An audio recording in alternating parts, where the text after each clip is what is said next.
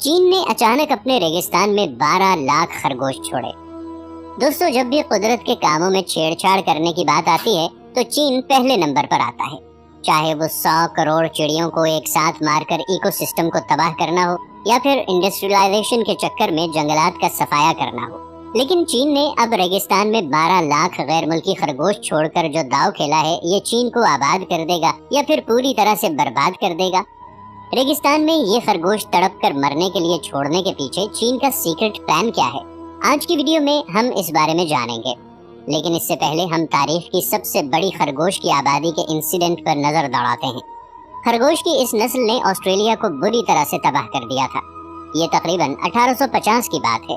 اس وقت آسٹریلیا کی پاپولیشن اتنی زیادہ نہیں تھی، اس لیے انگریزوں نے آسٹریلیا میں آ کر کولونائزیشن شروع کر دی تھی، لیکن ان کو آسٹریلیا میں اپنے ملک جیسا کچھ بھی محسوس نہیں ہوتا تھا اور وہ خرگوشوں کو کافی پسند کرتے تھے۔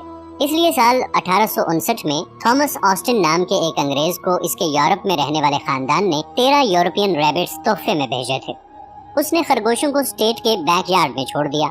اس کے بعد آسٹریلیا میں خرگوشوں کی آبادی اس قدر تیزی سے بڑھی کہ انہوں نے پورے آسٹریلین کانٹیننٹ کے 70% حصے پر اپنے گھر بنا لیے۔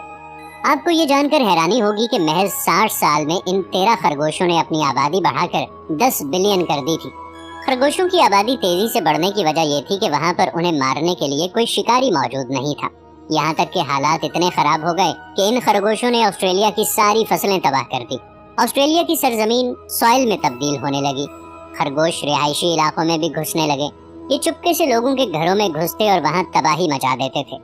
سب سے زیادہ پریشانی کی بات یہ تھی کہ روز بروز خرگوشوں کی تعداد میں اضافہ ہی ہوتا چلا جا رہا تھا، اور لوگوں کا کہنا یہ تھا کہ اگر اس کا کوئی حل تلاش نہ کیا گیا تو ہمیں بہت جلد یہ خطہ چھوڑنا پڑے گا۔ اگر ہم اسے تاریخ کی سب سے بڑی پاپولیشن ایکسپلوژن کہیں تو یہ بات غلط نہیں ہوگی۔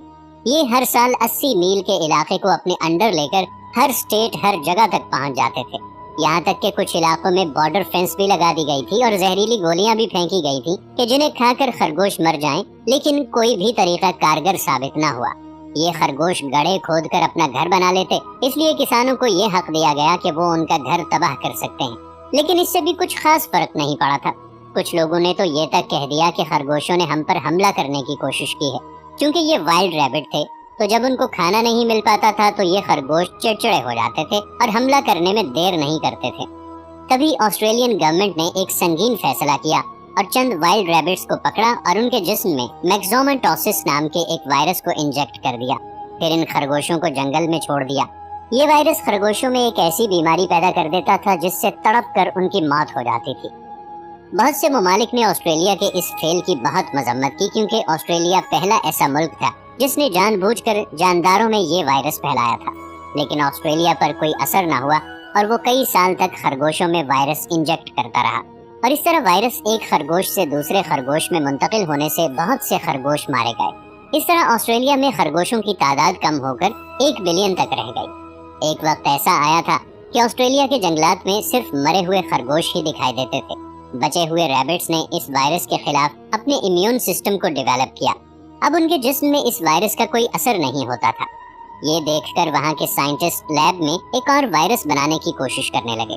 دوستو، 80 کی دہائی میں آسٹریلین سائنٹسٹ RHDV یعنی ریبٹ ہیموریجک ڈیزیز وائرس بنانے میں کامیاب ہو گئے۔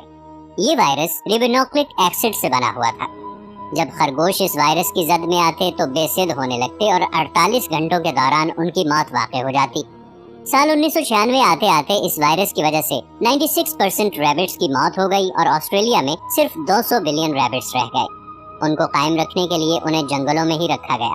دوستو، آسٹریلیا کے اس ریبٹ پرابلم سے دنیا کو ایک سبق ضرور ملا کہ جو جانور جس علاقے کا ہے اسے وہیں پر رہنا چاہیے، ورنہ دوسرے ممالک کے ڈیفرنٹ ایکو سسٹم کی وجہ سے یا تو ان کی موت ہو جائے گی یا وہ تعداد میں اس قدر بڑھ جائیں گے کہ ان کو سنبھالنا مشکل ہو جائے گا۔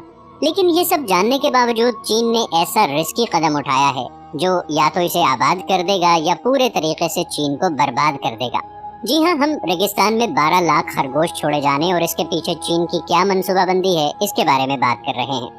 لیکن چین میں ہر سال دنیا کے کسی بھی ملک سے زیادہ یعنی 99 ملین خرگوش پیدا ہوتے ہیں، پھر اس نے اپنے جنگلات میں 12 لاکھ غیر ملکی خرگوش کیوں چھوڑے ہیں؟ اس کی وجہ جاننے کے لیے چین کی ہسٹری کے کچھ سال پیچھے جانا پڑے گا۔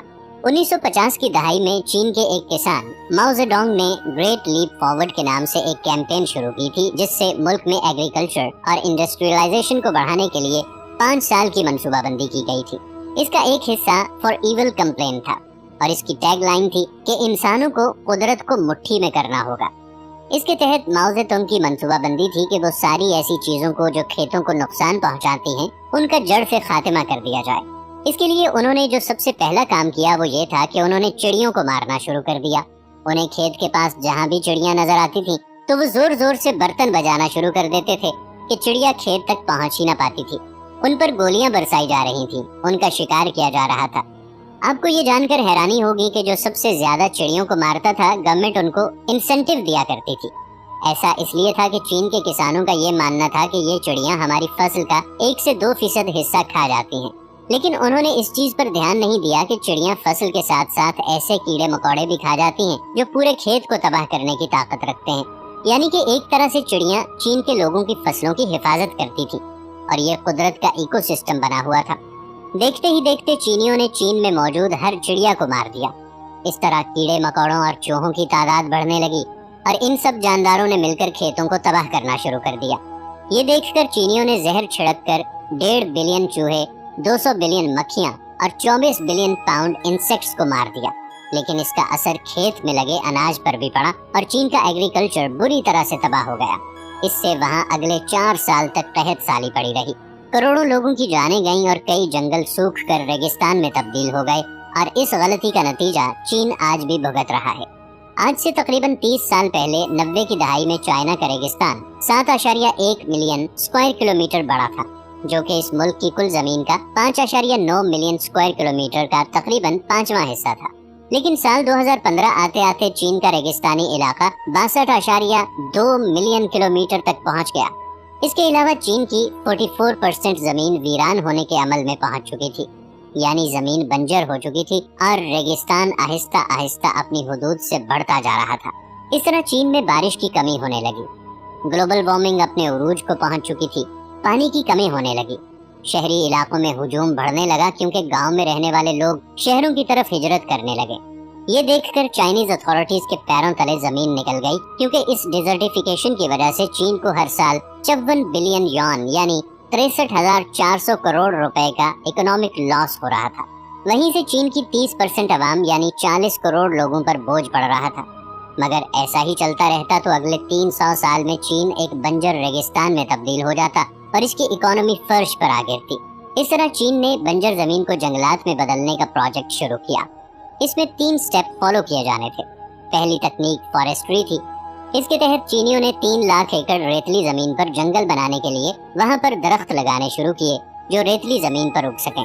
دوسرا قدم ایگریکلچر تھا۔ اس میں ریگستان کے گاؤں کے آس پاس کسانوں کو ریگستان میں کھیتی باڑی کرنے کے لیے راضی کیا گیا اور انہیں اس طرح فصلوں کی کھیتی کرنے کے لیے کہا گیا جو کہ ریتلی زمین پر کم پانی سے پنپ سکیں۔ اس طرح پہلے فارسٹری کو اور اس کے بعد ایگریکلچر کو پروموٹ کیا گیا۔ اب ایکو سسٹم کو پورا کرنے کے لیے آخری تکنیک باقی تھی، جو تھی جانور پالنا۔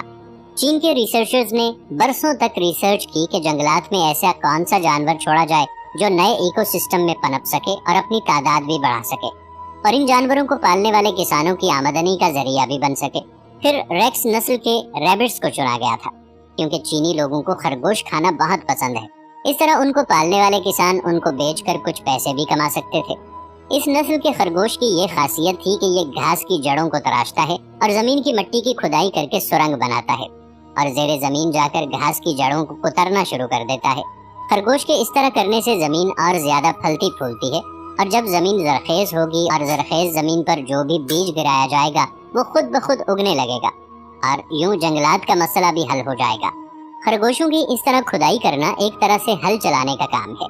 اس کے علاوہ ایک مادہ ریکس ریبٹ 1 سال میں 40 عدد بچے پیدا کر سکتی ہے۔ یہ جاندار کسی بھی ایکو سسٹم کے حساب سے اپنے جسم کو ڈھال لیتے ہیں۔ ایسے میں چین نے 12 لاکھ غیر ملکی ریکس ریبٹس لے کر اپنے ریگستان سے بنے جنگلات میں چھوڑ دیے۔ جب ان خرگوشوں کو چھوڑا گیا تھا تو ان کے لیے 100 کلومیٹر کی جگہ فائنل کی گئی تھی، اور اس 100 کلومیٹر ریگستان میں صرف 3% یعنی 3 کلومیٹر لینڈ ایریا میں ہی درخت اور پودے تھے، لیکن کچھ ہی سال میں یہ بڑھ کر 84% تک پہنچ چکے ہیں، یعنی 100 میں سے